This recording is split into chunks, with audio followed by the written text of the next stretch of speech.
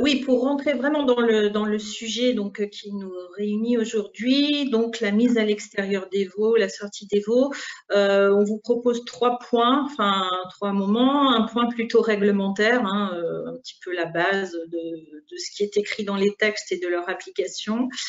On aura ensuite un moment sur vraiment l'application justement des textes et les aspects techniques et concrets de cette application, sur comment ça se passe sur le terrain, comment on peut faire sur le terrain pour appliquer ces textes-là, accompagné des questions sanitaires et pourquoi pas des questions financières. On a quelques éléments là-dessus, mais c'est vrai que ce sera pas la dominante de la discussion, même si ça pourra apparaître en troisième temps sur vos questions, besoins, difficultés, puisque l'idée aussi, c'est peut-être pour nous de voir comment agir au niveau de nos décideurs en région ou de nos financeurs pour accompagner aussi cette transition et l'adaptation de vos structures. Alors, sur l'aspect réglementaire, la diapo peut paraître un tout petit peu chargée comme ça, mais je n'ai pas fait d'animation plus spécifiquement. L'idée, c'est bien de rappeler ici qu'on travaille sur le règlement cadre européen de 2007. En fait, c'est lui qui est à l'origine de ce qui se passe maintenant. Mais pour autant, ce règlement n'était pas encore complètement appliqué. Et là, je voulais mettre une croix, j'ai oublié, mais effectivement, sur la partie du règlement, on parle aussi beaucoup actuellement du nouveau règlement bio qui devrait s'appliquer à partir du 1er janvier 2021 et dont l'application est reportée au 1er janvier 2022. Ce dont on parle ici n'a rien à voir avec ce règlement de 2021, mais on est vraiment sur le règlement cadre de 2007, donc quelque chose qui date quand même de plusieurs années. Alors, tout ça, ça se décide à l'échelle européenne, où il est question dans ce règlement d'accès à des espaces de plein air et de pâturage. Et chaque État membre décline donc le règlement européen. Ça, c'est juste pour vous rappeler un petit peu la logistique ou l'organisation un petit peu des règlements et de leur traduction par chaque État. Donc, en France, c'est l'INAO qui est chargé d'appliquer les textes européens et surtout de les traduire par ce qu'on appelle le guide de lecture. Le guide de lecture, c'est en gros très souvent notre référence et la référence des organismes certificateurs pour justement établir votre certification en fait. Donc, finalement, tout ça se décline en cascade et prend plusieurs années parfois, puisque régulièrement, l'INAO publie de nouveaux textes qui traduisent ce qui était écrit dans le règlement européen.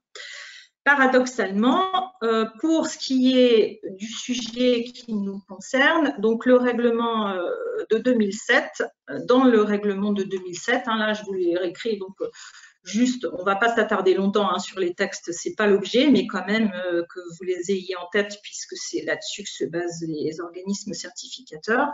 Il est bien écrit dans l'article 14 de ce règlement que les animaux d'élevage bénéficient d'un accès permanent à des espaces de plein air et de préférence à des pâturages à chaque fois que les conditions climatiques et l'état du sol le permettent.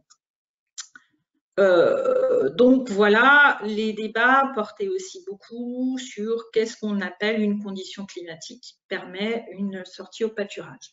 Mais l'accès permanent à des espaces de plein air, il est quand même écrit ici sur le règlement de base. Ce règlement de base avait une déclinaison puisqu'il y a des règlements complémentaires ou des règlements annexes, toujours européens. Il y a quelques petits compléments là qui ont on a repris, mais finalement, qui ne font que compléter ou donner des précisions sur la base, c'est-à-dire que les espaces de plein air peuvent être partiellement couverts, on y reviendra, et lorsque les herbivores ont des accès au pâturage pendant les périodes de package, il peut être dérogé à la sortie extérieure. Je ne vais pas revenir en arrière, tant pis, parce que je ne voudrais pas fausser la présentation. Voilà, donc globalement, dans le guide de lecture, les articles que je viens de vous relire se traduisent par ce texte-là. Les veaux laitiers, même en phase lactée, doivent pouvoir entrer et sortir comme ils le souhaitent sur une aire d'exercice non couverte ou une aire de pâturage quand les conditions météorologiques le permettent. Voilà, donc là, on a cette base de réflexion, enfin d'écriture et de texte réglementaire, même si là, on n'est plus à l'échelle européenne, mais on est bien à l'échelle de l'application de la réglementation française. Et si on lit ce texte-là et sa déclinaison, on peut donc bien conclure que l'accès à l'extérieur des veaux a toujours été obligatoire, mais finalement, jusqu'à présent, vous nous direz peut-être le contraire, mais a priori, cette disposition n'était pas vraiment contrôlée.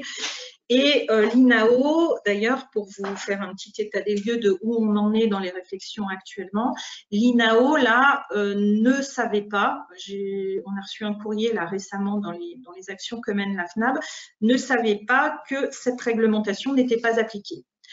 D'où le flou, enfin entre guillemets, je ne vais pas dire le flou parce que c'est toujours embêtant d'être dans le flou quand il s'agit de réglementation, mais d'où la difficulté actuelle, c'est-à-dire qu'il y avait vraiment un décalage entre la position donc réglementaire officielle que le l'INAO pensait afficher et les pratiques des organismes certificateurs, d'où bien sûr les pratiques aussi des éleveurs. Donc actuellement, l'INAO, ayant maintenant connaissance de cette non-application, est en train de consulter et d'établir de mettre en place des réunions, des consultations pour vraiment définir les critères de cet accès à l'extérieur. Malgré tout, on a quand même certains critères et certaines références. Et là-dessus, je vais passer la parole plutôt à Sylvain, puisque là, on tombe sur des aspects réglementaires déjà plus techniques. Donc, on va vous rappeler quand même les obligations réglementaires telles qu'elles existent, telles qu'elles sont écrites. Peut-être parfois même qu'elles sont contrôlées comme ça, peut-être pas encore, mais en tout cas, il y a quand même des choses qui sont écrites et qui existent, et puis d'autres qui sont encore en définition. Donc là, ce qu'on vous présente maintenant, c'est aussi ce qui est écrit. Je te laisse la parole, Sylvain. Oui. Du coup, les conditions réglementaires actuellement, c'est que dès la première semaine d'âge, les veaux doivent être, à partir de 8 jours, doivent être logés en case collective avec des surfaces d'exercice extérieures telles qu'indiquées dans la réglementation dans le 889 à l'annexe 3, donc qui sont pour les jeunes bovins de moins de 100 kg, qui sont de 1,5 m² à l'intérieur de la case et de 1,1 m² par jeune bovin sur des surfaces extérieures.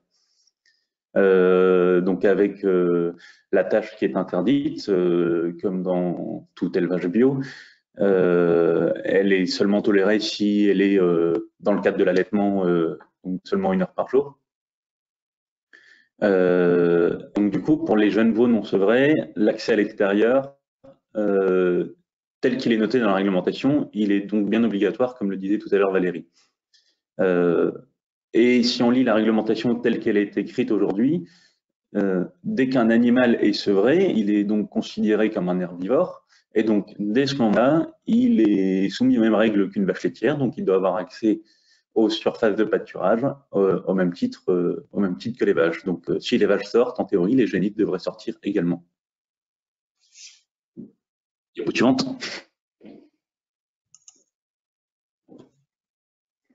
Voilà.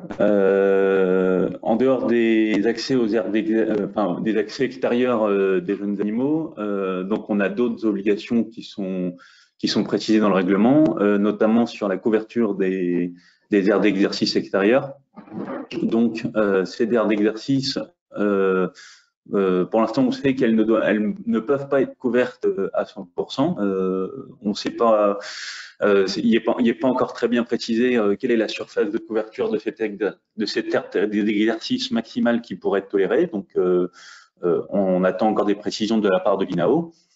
On sait pour l'instant, en tout cas, que cet exercice, cette couverture d'exercice ne peut être fait que si l'aire d'exercice est ouverte sur 3 côtés. Donc, l'aire d'exercice ne doit pas être bardée sur les côtés. Et ensuite, c'est comme pour les bâtiments d'élevage, le sol peut être bétonné, on ne doit pas avoir plus de 50% de caillebotis, en tout cas par rapport à la surface minimum de l'aire d'exercice par animal présent. Et puis voilà. Et puis évidemment, si on met des jeunes veaux sur pâture en phase T, la pâture est bien sûr considérée comme l'aire d'exercice des jeunes veaux. Voilà. Donc ça, j'en ai déjà parlé tout à l'heure. C'est les surfaces minimales à respecter pour les jeunes bovins qui sont indiquées dans la réglementation européenne. Donc pour des jeunes animaux de moins de 100 kg, on est bien sur 1,1 m² par animal. Voilà. Donc pour faire le bilan, donc les veaux sont considérés comme des monogastriques tant qu'ils sont encore en phase lactée. Donc, comme c'est des monogastriques, ils doivent obligatoirement avoir accès à une aire d'exercice extérieure dès le premier jour, en fait, dès le premier jour de leur existence. À partir du moment où l'animal est sevré, à partir de ce moment-là, il est considéré comme un herbivore et donc il est soumis à la même réglementation que pour les vaches laitières. Donc, c'est-à-dire qu'il doit avoir accès aux surfaces de pâturage dès que les conditions climatiques le permettent. Donc, pour l'instant, le débat qui existe entre le réseau FNAB, notre réseau, et l'INAO, c'est de savoir à partir de quel âge on considère un animal comme un monogastrique ou un herbivore, et à partir de quel âge on impose aux producteurs de donner accès au pâturage aux jeunes animaux. Voilà. Et donc, la diapo suivante nous présente d'abord les non-conformités. Donc, si on ne respecte pas ces règles-là aujourd'hui, donc jusque-là, il y avait une certaine forme de tolérance, voire d'absence de contrôle sur ce point-là de la part des organismes certificateurs. Aujourd'hui, on commence à avoir quelques organismes certificateurs qui durcissent leur contrôle sur ces sujets-là. Donc, il existe 2 non-conformités par rapport à ce sujet-là pour un contrôleur, qui est soit l'observation que les animaux, de façon temporaire, n'ont pas accès aux aires d'exercice ou aux surfaces extérieures. Et donc, dans ces cas-là, la sanction logique que vous devriez avoir, c'est un simple avertissement. Et si si le produit récidive la non-conformité les années suivantes, on risque d'avoir un déclassement des productions, donc des animaux qui ne respectent pas l'accès aux surfaces d'exercice extérieures. En revanche, il y a un deuxième point de sanction qui peut être plus sévère, c'est si l'auditeur note que les animaux, de manière permanente, n'ont pas accès à l'aire d'exercice ou au pâturage. Dans ces cas-là, on risque, dès le premier constat, un déclassement des animaux. Donc, ça veut dire que les animaux ne sont plus considérés comme bio tant qu'ils ne rentrent pas dans la réglementation, donc c'est-à-dire ont accès à une aire d'exercice ou une surface de pâturage, et seulement quand ils respecteront la réglementation pourront repartir en période de conversion. Donc c'est-à-dire pour un jeune bovin, on est sur un an de conversion. Voilà. Et si on a une récidive, plusieurs années d'affilée, où on ne donne pas accès aux surfaces d'exercice extérieures pour les jeunes bovins, là, on risque une suspension partielle de la certification du troupeau. Donc, en gros, on risque la labellisation pour toute la production animale. Voilà. Donc aujourd'hui, on a des différences de pratiques dans les contrôles entre les organismes certificateurs. Donc, au sein du réseau FNAB, on a sollicité l'INAO pour harmoniser les pratiques de contrôle.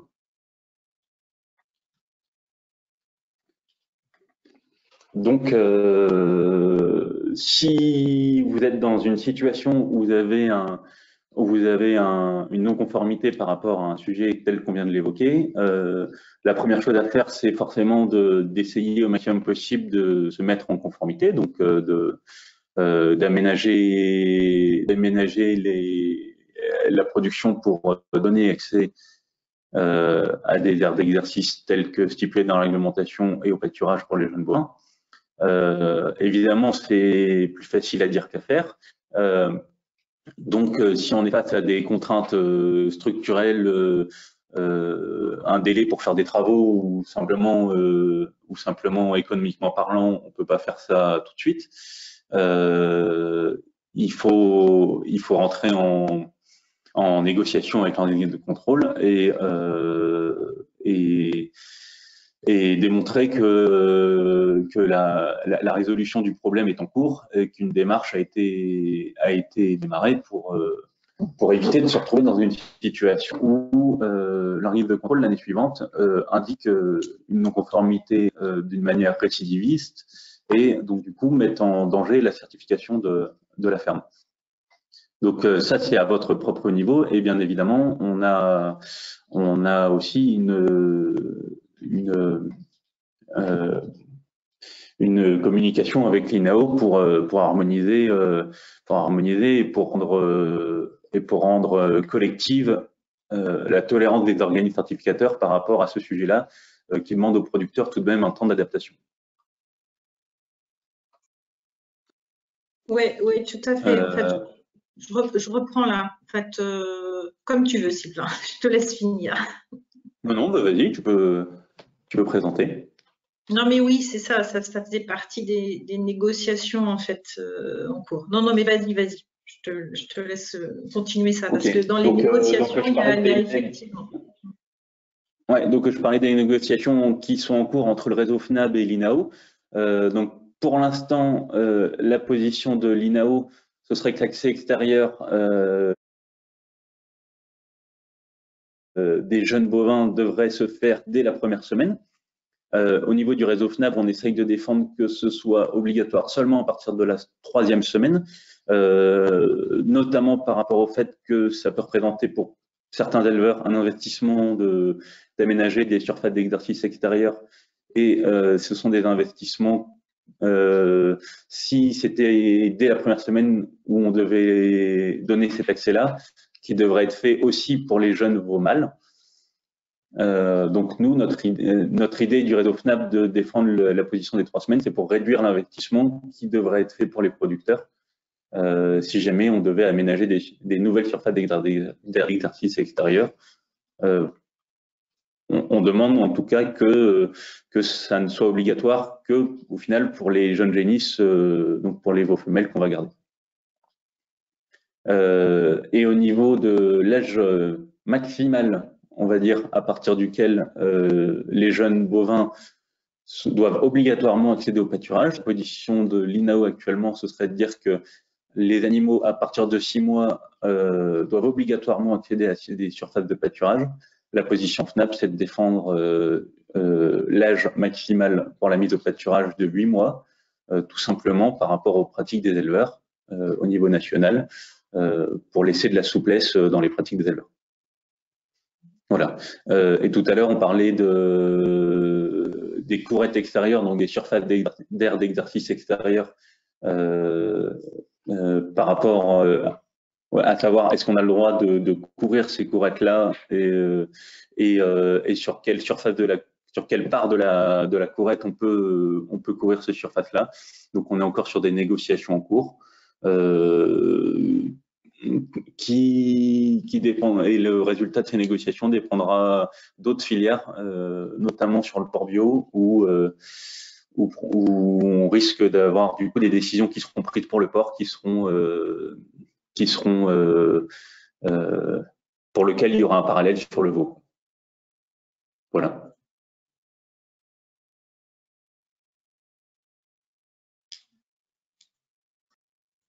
Voilà, merci. Du coup, peut-être avant de passer au deuxième point qui va être plus sur les équipements et les aménagements techniques, enfin les réponses possibles à cette réglementation ou cette application de réglementation qui se met en place, peut-être qu'il y a quand même des questions, des remarques ou des observations ou des compléments à apporter parmi les participants? N'hésitez pas si vous voulez. Peut-être qu'on peut demander aussi si certains d'entre vous ont déjà eu un contrôle qui a évoqué le problème, si vous avez eu des sanctions ou tout au moins si vous avez eu une remarque qui a été faite sur ce sujet. Bon, pour ceux qui ne peuvent pas s'exprimer par micro, n'hésitez pas à utiliser le chat encore une fois. Voilà. Est-ce qu'il y a des questions? N'hésitez pas. Sinon, on va poursuivre.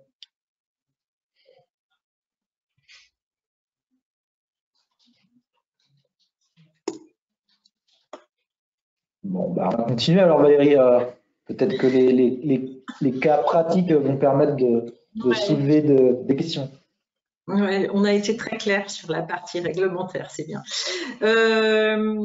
Du coup, oui, point suivant, donc sur les aspects plus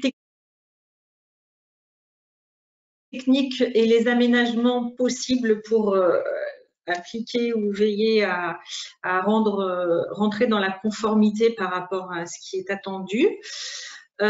Juste avant de rentrer sur le plan technique, quelques petites questions comme ça, quand même, parce qu'effectivement, on va vous présenter des exemples, mais bien sûr, ces exemples, il faut les envisager sous, je dirais, sous 2 voire 3 angles, hein, voire même plus, hein, mais je pense que c'est juste un petit récap ou un petit message d'alerte, mais je pense que cette vigilance-là, vous l'avez tous. Bien évidemment, avant d'entreprendre des aménagements, une question à se poser, c'est aussi comment ces aménagements rentrent dans toute la réglementation plus générale. Vous avez l'exemple là effectivement de la récupération des jus sur des aires bétonnées. Bon, bien sûr, il faut y répondre. Normalement, ça va de soi. On croise toutes les réglementations, mais c'est quand même bien d'avoir tout en tête. Les conseillers sont là pour ça aussi, hein. Et puis surtout, je pense que c'est plus l'organisation générale aussi de votre structure, de votre exploitation, de vos ateliers et de votre organisation du travail qui est vraiment aussi à raisonner, hein. Là, il y a aussi, je pense quand même, des choses à prendre en compte. Les aspects sanitaires, bien sûr, c'est pour ça qu'on a donc Tristan Colomval qui est avec nous, qui pourra donc intervenir au fur et à mesure des diapos. Et puis, bon, d'autres incidences, pourquoi pas financières, bien sûr, aussi derrière. Voilà, donc là, je passe la parole à Louison, qui va nous présenter des exemples concrets validés par les OC. Oui, donc un des premiers cas qu'on pourrait étudier, c'est d'essayer d'adapter sa nurserie. Si vous avez la possibilité d'ouvrir la nurserie en fait vers l'extérieur pour donner accès à une courette, je sais que ce qui a été possible pour certains, c'était juste d'ouvrir une porte, voire certains même les mettaient des films un petit peu bâchés pour que les veaux puissent sortir, entrer à leur convenance sans non plus faire trop entrer le froid dans le bâtiment. Donc, comme on dit, les atouts, en fait, c'est que finalement, votre nurserie, elle bouge pas de place, elle reste au même endroit. Donc, au niveau de la distribution du lait, ça reste la même charge de travail pour vous. Et puis, voilà, c'est au niveau des lots aussi, à voir comment ça peut s'adapter. Et il y a toujours la possibilité de faire différents lots, quoi. Donc, par exemple, je sais pas, par rapport à l'aspect du froid, Tristan, c'est souvent une des questions qui peut nous revenir rapidement. Est-ce qu'une nurserie ouverte vers l'extérieur en plein hiver, ça peut être inquiétant un peu pour les plus jeunes veaux? Non, non. Ce qu'il faut faire attention, si on ouvre la nurserie, si c'était une nurserie qui était fermée auparavant et qu'on ouvre une porte pour un accès, c'est l'orientation de la porte par rapport au vent dominant, pour pas créer des phénomènes de courant d'air dans la nurserie. Donc c'est sûr que l'idée des lamelles en plastique pour limiter l'entrée du vent, ça c'est hyper important, parce qu'il faut pas non plus que ça devienne ça crée des problèmes respiratoires au niveau des veaux, même quand ils sont dans le bâtiment. Et la même chose, quand on crée la courette, on a le choix entre différentes possibilités. Il faut faire attention à disposition par rapport au vent dominant pour pas que les veaux se retrouvent dans des courants d'air permanents dans la courette. D'où l'intérêt peut-être parfois, c'est de barder une partie de la courette, malgré que dans la réglementation, ils disent je ne sais pas si on pourrait barder sur un côté, ils interdisent de barder sur les 3 côtés, mais est-ce qu'on peut barder au moins sur un côté? Ça, je ne sais pas, Sylvain tout à l'heure parlait du problème de bardage.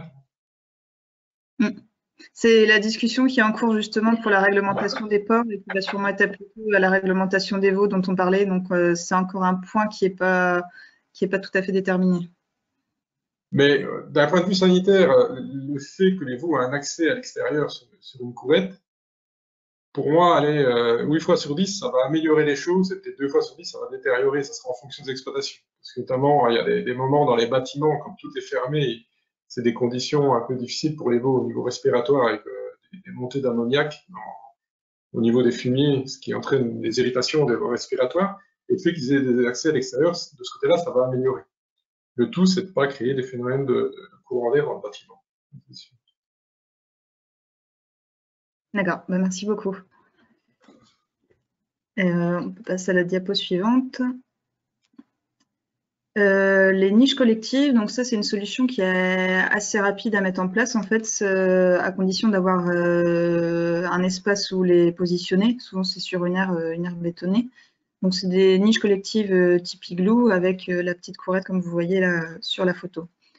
L'inconvénient, c'est que il y a peut-être un peu plus de transport à prévoir entre la laiterie et la nurserie, le coût d'investissement et puis le nettoyage qui sont à prévoir pour une fois que les niches collectives sont voilà. Mais après, un des avantages des niches, c'est qu'on peut les déplacer, les soulever et puis tout nettoyer aussi, quoi. Alors, concernant les igloos, là, je reviens avec les vents, donc là, il faut bien les orienter, pas que ça rentre. Et puis, des choses qu'on remarque quand il y a des igloos qui apparaissent dans les exploitations, parfois, ces igloos se retrouvent éloignés de la laiterie par rapport à la nurserie classique. Parfois, on a des soucis de température de lait à la distribution. On se retrouve, si on est un peu éloigné, des laits un peu trop froids, et c'est surtout dans le premier mois là, de vie du veau où il faut faire attention parce qu'on engendre parfois des diarrhées alimentaires qui permettent aux diarrhées infectieuses de s'installer. Et autre chose, par exemple dans l'exemple ici sur la photo, c'est que l'éleveur, les veaux sont à l'abri, mais pas l'éleveur. Donc s'il commence à pleuvoir, avoir un peu de mauvais temps, souvent les éleveurs ont tendance à distribuer rapidement le lait, et la surveillance des veaux diminue, parce que par exemple s'il pleut, l'éleveur pense qu'à une chose, c'est de se mettre à l'abri le plus vite possible, et ça, il faut faire un peu attention. Ça, c'est des expériences que j'ai déjà vécues. Donc ça, pour les veaux, c'est peut-être mieux, mais parfois la surveillance des jeunes veaux laisse à désirer quand on est en mauvaise condition climatique avec ce type d'installation. D'accord. Ouais.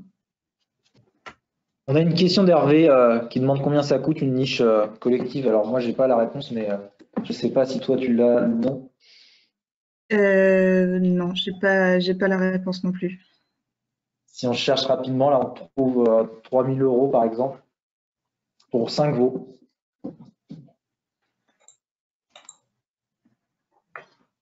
Ça doit être un ordre de prix à peu près, quoi. 2008.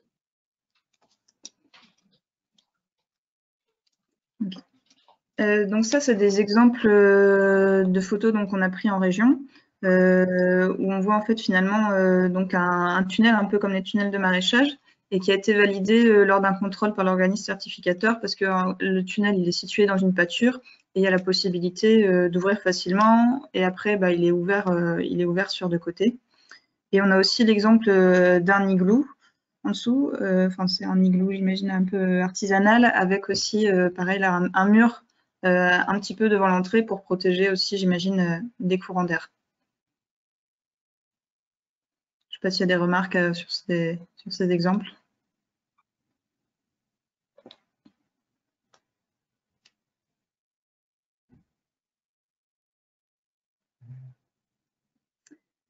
Un autre cas concret, c'est l'élevage avec des vaches nourrices.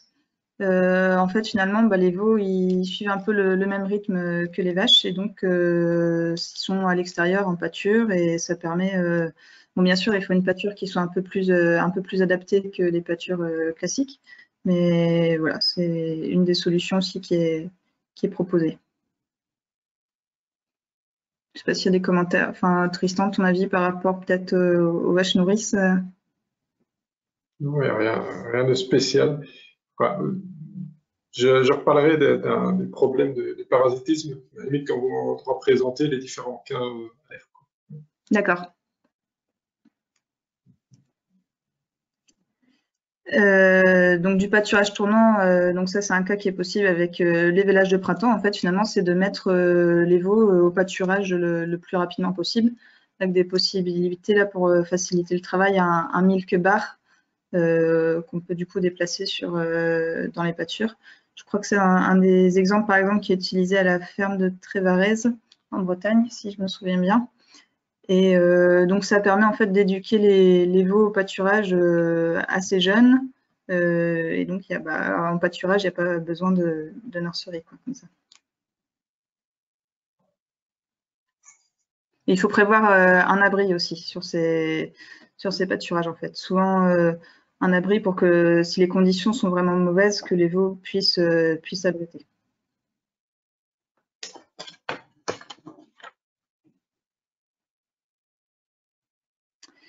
Et un autre cas qui était proposé finalement, c'est l'élevage hivernal. Par contre, quand on lit vraiment le règlement, ça s'applique que pour les génisses qui sont sevrés. Parce que même des veaux qui sont encore en phase lactée, ils doivent quand même avoir un accès à l'extérieur. Mais sinon, ce serait pour des génisses, en fait, une fois qu'elles sont sevrées, comme elles sont un peu comme on considère herbivores, comme les vaches laitières qui peuvent sortir, qui doivent avoir accès au pâturage uniquement si les conditions le permettent. Donc dans ce cas-là, si cette phase-là, elle arrive au moment de l'hiver, on peut déroger à l'obligation d'accès au pâturage, qu'elles y auront accès quand les conditions seront, enfin, pendant la période de package, quoi.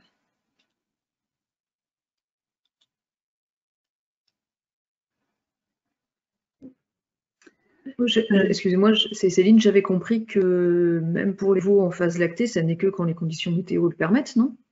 De toute façon, même en plein hiver, on peut considérer qu'on n'est pas obligé de les sortir, si?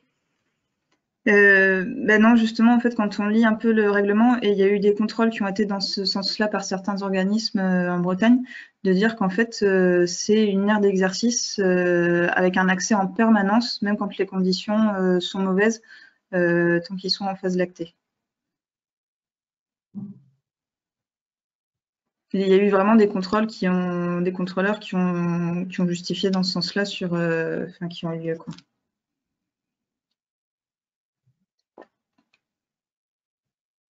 Bon, après ça, c'est des choses sur lesquelles il y a des discussions qui sont en cours. On espère que c'est pas complètement figé. Évidemment, ce que tu dis, Céline, on aimerait que ce soit la position qui soit retenue par l'INAO.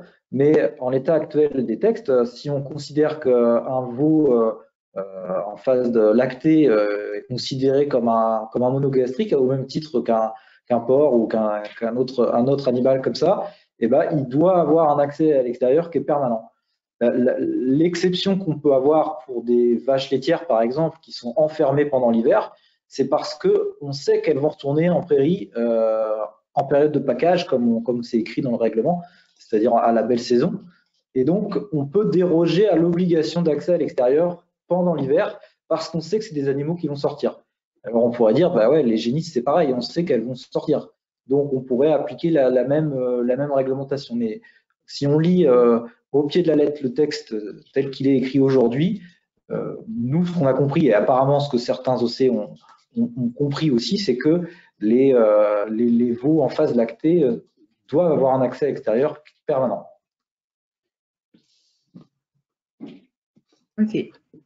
Juste pour appuyer cette réponse, hein, c'est effectivement qu'il y a bien une distinction qui est faite entre la phase lactée et la phase non lactée, hein. Et les veaux étant considérés comme des monogastriques, l'accès à l'aire d'exercice extérieur est vraiment obligatoire. Lorsque les conditions météo le permettent, mais ça veut dire quand même qu'il faut que ce soit prévu, en fait, en tout temps. La réglementation est là, en fait, avec cette distinction des deux phases lactée et non lactée.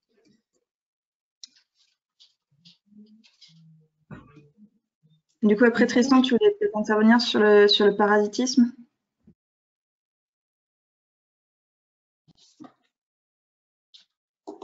Micro coupé.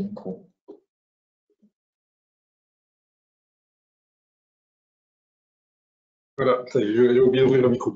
Oui, donc si on fait un accès à l'extérieur pour les veaux sur prairie, pour moi, le plus gros risque sanitaire qu'on peut avoir, c'est au niveau parasitisme. Donc, il va falloir réfléchir, si on veut installer ce type de système, donc la première chose, c'est réfléchir à la prairie sur laquelle on va on va aller placer les veaux.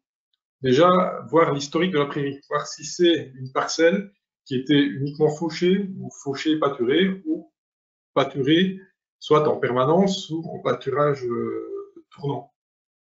Parce que ça va nous permettre de voir si on va avoir une pression parasitaire plus ou moins importante dès le printemps.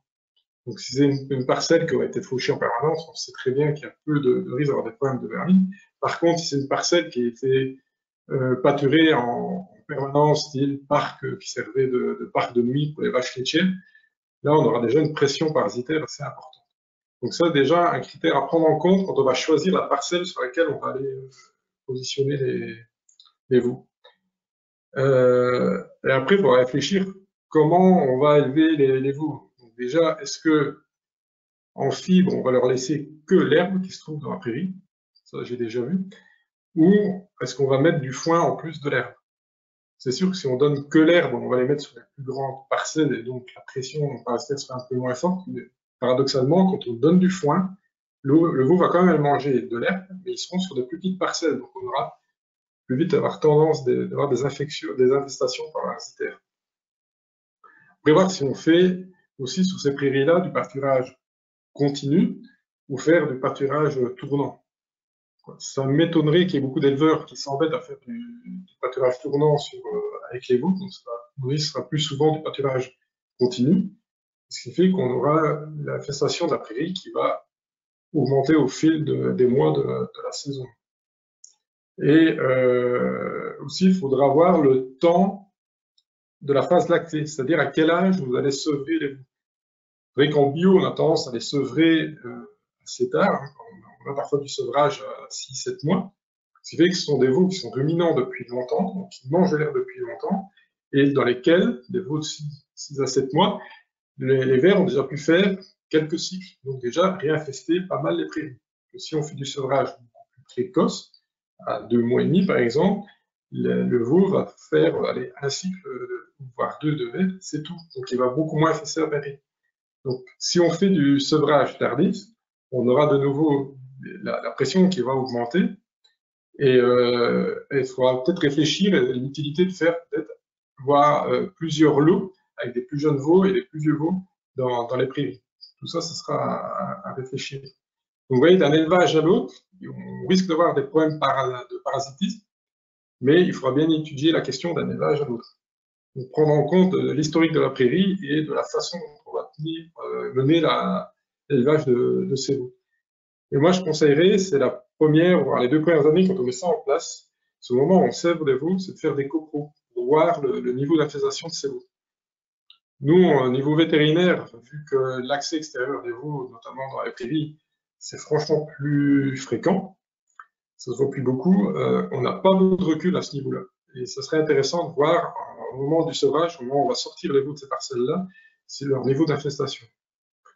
L'idéal, ce serait qu'ils soient infestés un tout petit peu pour déclencher des phénomènes immunitaires, mais pas trop, pour pas hypothéquer la suite de leur croissance.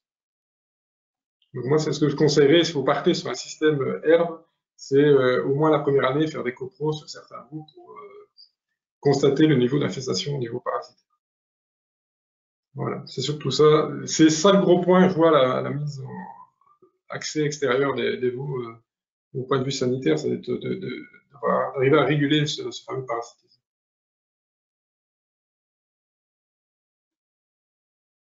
D'accord, merci beaucoup.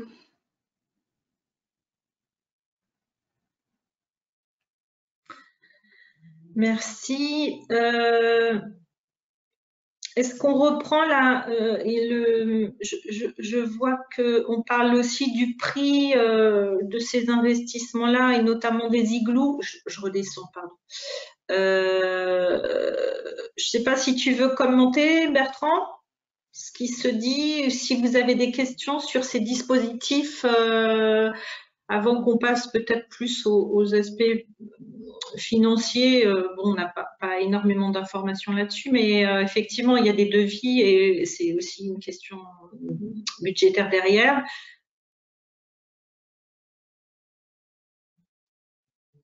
Là, on a une discussion effectivement dans le chat qui porte sur quelques prix d'investissement. Donc, c'est assez variable, hein, suivant la nature des produits qu'on achète. Donc là, il y a Guillaume Roussel qui nous dit que il a fait un devis pour une nurserie en kit avec igloo, courette couverte et tubulaire. Et donc, il en aurait pour 7 500 € pour 6 places.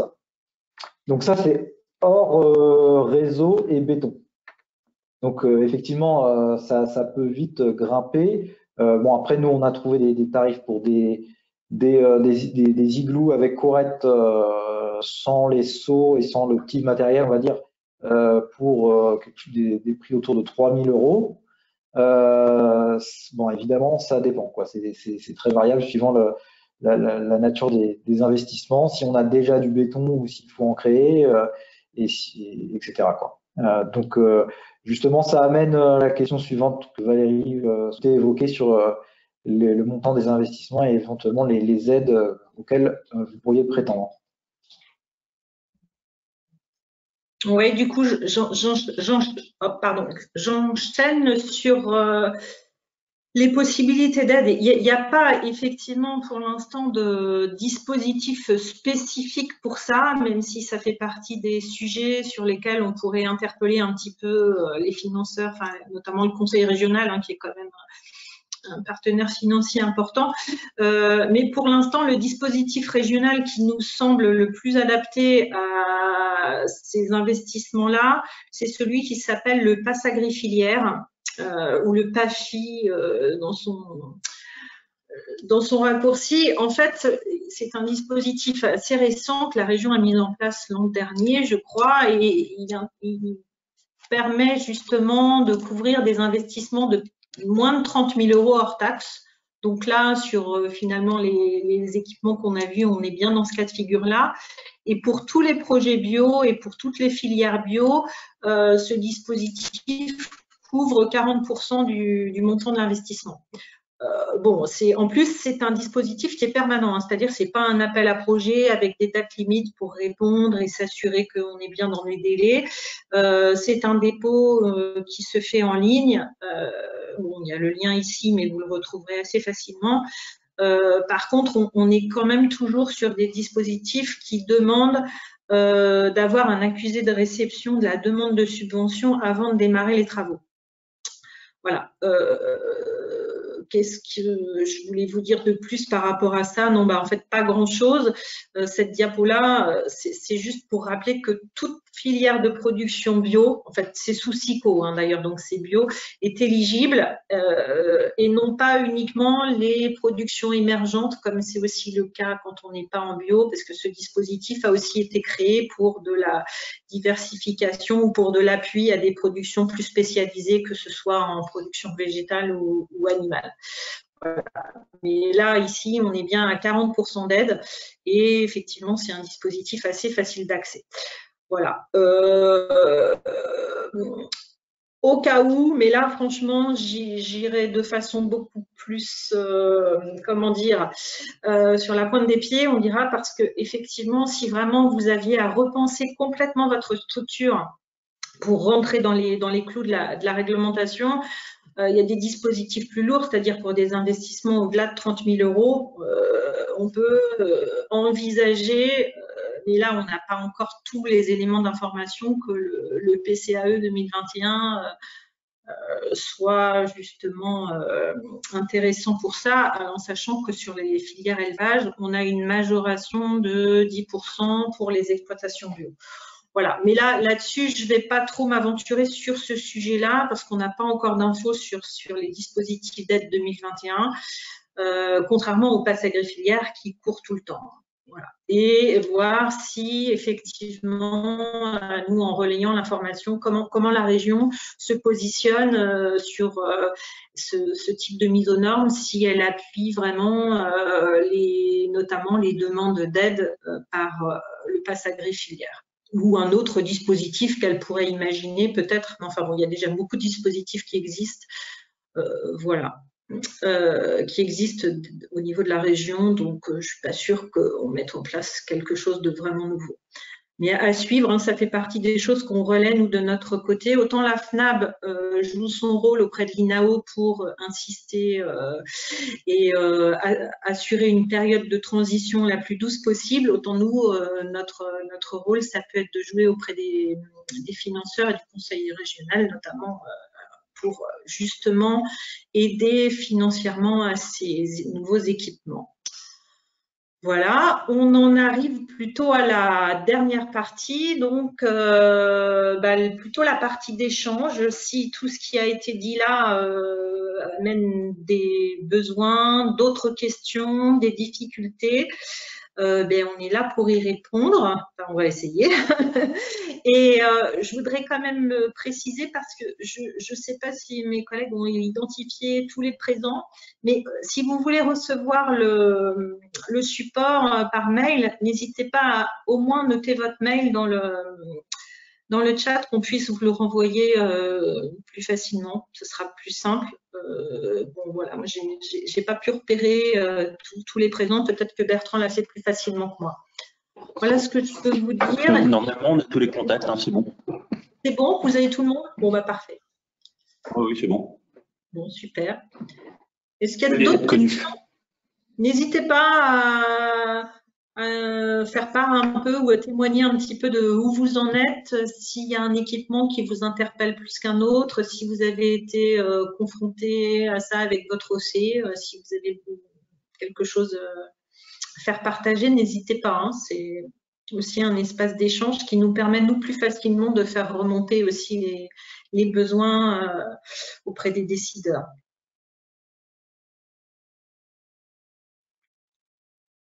Moi, je me permets, au niveau équipement, j'ai déjà des niches collectives avec un parc extérieur, donc c'est pas ça qui me pose souci. C'est plutôt ce dont on a parlé tout à l'heure au niveau sanitaire, sur la problématique des veaux entre le sevrage et les 6 mois, etc.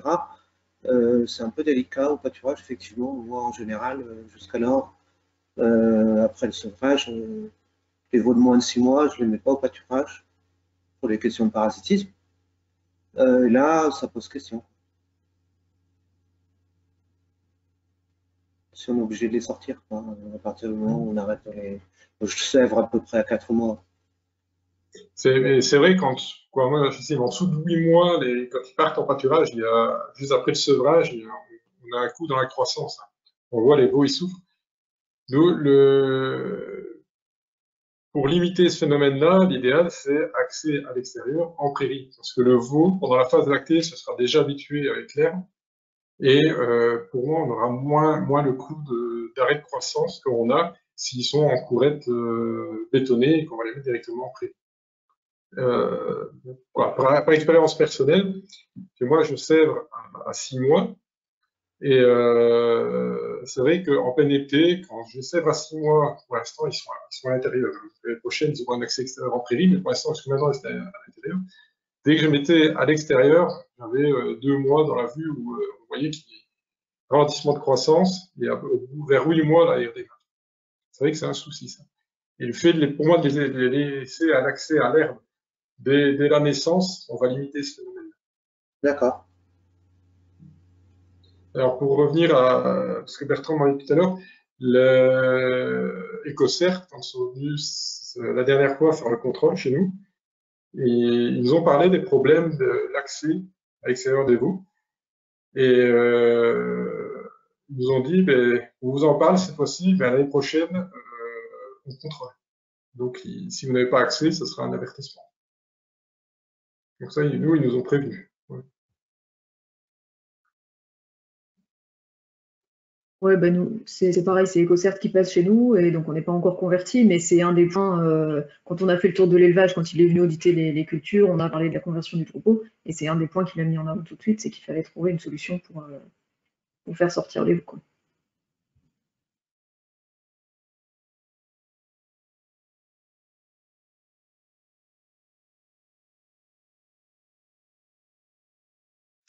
Ok. Moi, je me demandais, ouais, j'avais une question à poser supplémentaire peut-être. Je me demandais un peu quel était votre état d'esprit par rapport à cette, à ce qui, à cette, c'est pas de nouvelle réglementation, mais cette application un peu nouvelle. Est-ce que vous considérez que c'est quelque chose de plus qui vous tombe dessus, ou est-ce que vous vous dites, bah tiens, ça pourrait être une opportunité pour faire un peu autrement? Nous, dans le réseau FNAP, dans la mesure où en fait c'est une réglementation qui était déjà présente, on a peu de marge de manœuvre, donc ce qu'on négocie, c'est plutôt le délai et puis quelques éléments à la marge pour adoucir un peu la mise en place de cette nouvelle réglementation. Mais je pense qu'on a pris l'option au niveau du réseau de ne pas lutter contre, mais plutôt d'essayer d'accompagner le mouvement. Et du coup, je me demandais comment vous recevez cette nouvelle, même si j'imagine que ça fait plusieurs mois qu'on lit ça un peu dans la presse, un peu partout. Comment vous prenez ça, quoi?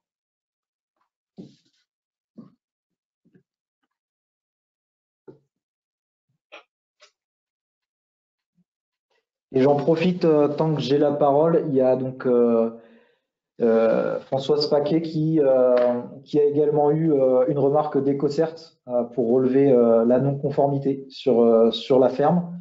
Et donc, voilà, des aménagements qui vont être mis en place et apparemment un besoin d'assistance de notre part pour faire les bons choix techniques, quoi.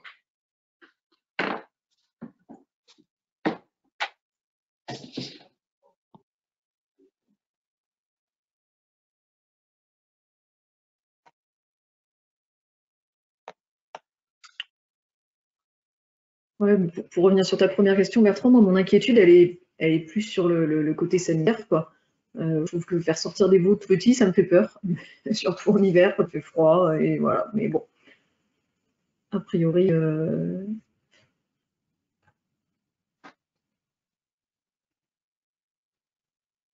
d'après Tristan, ça va pas trop poser de problème, mais on verra, de toute façon, on va le faire, hein.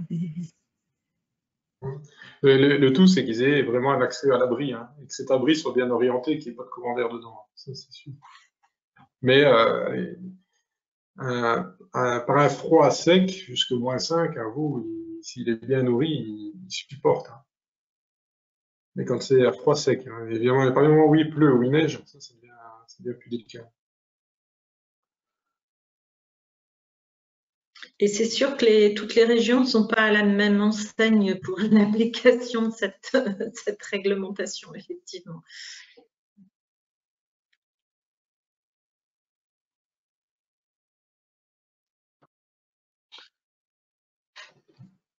Moi, je voulais poser la question, est-ce que quel risque on prend à ne pas appliquer cette réglementation pour les veaux mâles qui vont être vendus à 15 jours? Si ton organisme de contrôle est vraiment sévère sur une récidive, tu peux risquer ton label. Mais ça fait partie de la négociation en cours. Bien que les veaux mâles vont aller dans la filière conventionnelle. Donc on risque la labellisation pour l'élevage et pas seulement pour les animaux qui sont hors des clous. En fait, si tu prends purement la réglementation, la première année, tu risques un déclassement des veaux mâles. Donc, ton raisonnement, c'est que tu t'en fiches, de toute façon, ils sont vendus en conventionnel. Si ton contrôleur est vraiment très sévère, l'année suivante, il risque de te mettre la non-conformité en récidive, ce qui là peut mettre en danger la certification de l'atelier animal, donc en fait de la production laitière. Voilà, donc ça c'est ce que tu risques. Après, en réalité, sur le terrain, moi, j'ai jamais vu appliquer de choses aussi sévères que ça, mais c'est ce que tu peux risquer, quoi. Et c'est ce qu'on essaye de négocier du coup justement avec le réseau FNAP, que le délai de mise en application s'applique seulement à partir de 3 semaines, puisque normalement, à partir de là, les veaux qui sont destinés, qui sont vendus en conventionnel sont déjà partis. Donc la règle, si ça se passe comme on le souhaite, s'appliquerait uniquement aux génisses de renouvellement et éventuellement aux quelques mâles qui seraient conservés pour l'élevage, quoi. Voilà. Et donc on a Guillaume aussi, Guillaume Roussel dans le chat qui nous dit que pour lui, c'est des investissements supplémentaires qui n'étaient pas forcément prévus dans son plan de charge, dit-il, avec un prix du lait qui lui semble un peu limité, mais que ça peut être pour lui une opportunité technique et éthique à long terme si c'est bien étudié. Donc c'est vrai que ça repose la question du délai d'application pour qu'on ait le temps de faire les choses comme il faut. Et j'en profite pour rappeler que l'accès à l'extérieur, ça fait quand même partie des fondements du cahier des charges bio, hein, comme ça a été dit tout à l'heure, mais c'est quand même vraiment l'un des piliers, quoi. Donc voilà, c'est difficile d'aller contre, et je pense qu'on peut en faire une opportunité, quoi.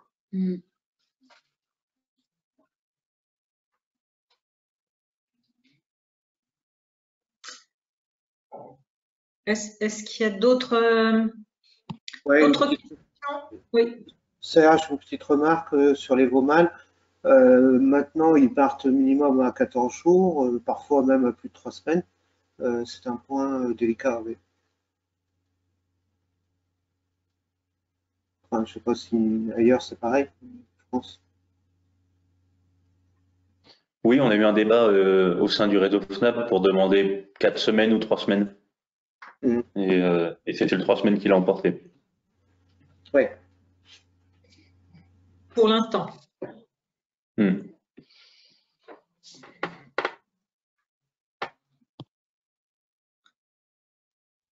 En fait, effectivement, hein, ce qu'il faut quand même juste rappeler, bon après peut-être on va conclure aussi, on a déjà eu un petit peu d'échange, c'était intéressant, mais c'est qu'on est encore sur une réglementation. Alors le socle, enfin la base, elle est écrite, hein, on vous l'a dit, c'est bien un règlement européen, mais les traductions donc par l'INAO et les sanctions qui vont avec sont en cours d'élaboration, de négociation, de discussion.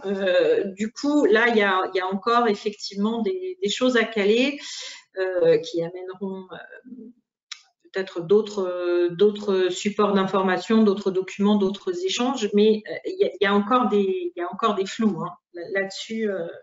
Là-dessus, on n'a pas tous les éléments de réponse. Mais c'est vrai que l'application et la base, c'est l'accès à l'extérieur, comme effectivement le conçoit le règlement bio pour toutes les productions en soi, en fait. Donc, voilà.